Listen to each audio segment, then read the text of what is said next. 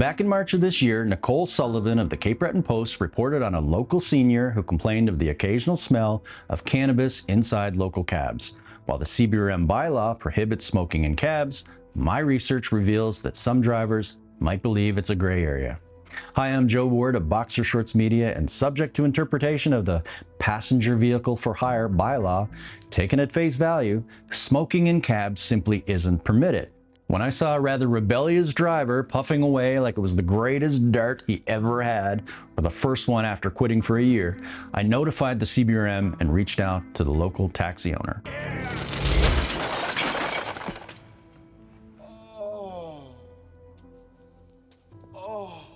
I'd give anything for a drag. So, hold on and hold up. Just so you know, I have all kinds of friends and family who smoke or have smoked at some point in their lives, including my dad. And just like with them, my stance is the same with you. You do you, your life, your rules. The topic today is specific to the rules and regulations of the CBRM. What you do on your time, in your home, or in your own vehicle is completely up to you, unless there's some kind of trade-off or restrictions that you've accepted, like running your car as a licensed cab operator subject to a bylaw. To his credit, Citywide owner Jim Donahue responded quickly to my email, acknowledged the complaint, and said the deck light was pulled from the car and the driver was sent to the CBRM bylaw officers. But Donahue says the bylaw officers detected no smell of smoke in the vehicle, and I quote, "The bylaw officers reprimanded him for not taking his deck light off, but were satisfied in their investigation and had informed us that the vehicle is up to the standards of the P500 bylaw and he was allowed to return to work effective immediately." Mr. Donahue emphasized that the cars are also used as personal vehicles and that the driver was returning from a personal trip and had simply failed to remove the deck light. If the owner's statement of what the bylaw officers did or decided is accurate, then their only concern seems to be that the deck light was left on and not that the driver was smoking in a vehicle that is licensed to operate as a cab within the CBRM.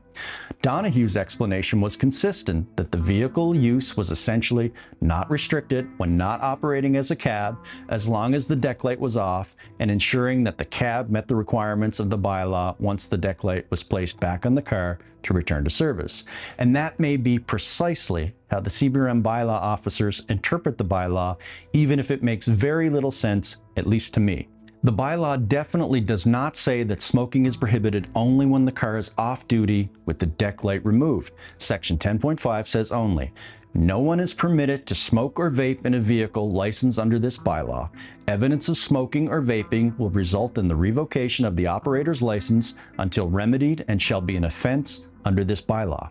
I understand it can be argued as a gray area, but arguing that smoking in a vehicle actively licensed for and used for passengers as a cab in the CBRM should be okay if you simply remove the deck light, despite the stickers on the doors stating that they're non-smoking vehicles, does not seem to do anything to improve the cab service in the CBRM.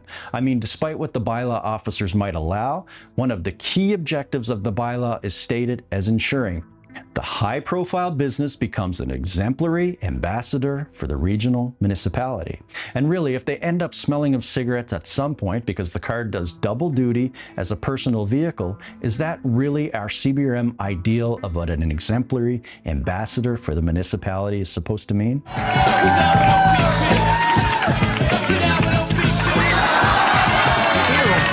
an insane amount of smoke.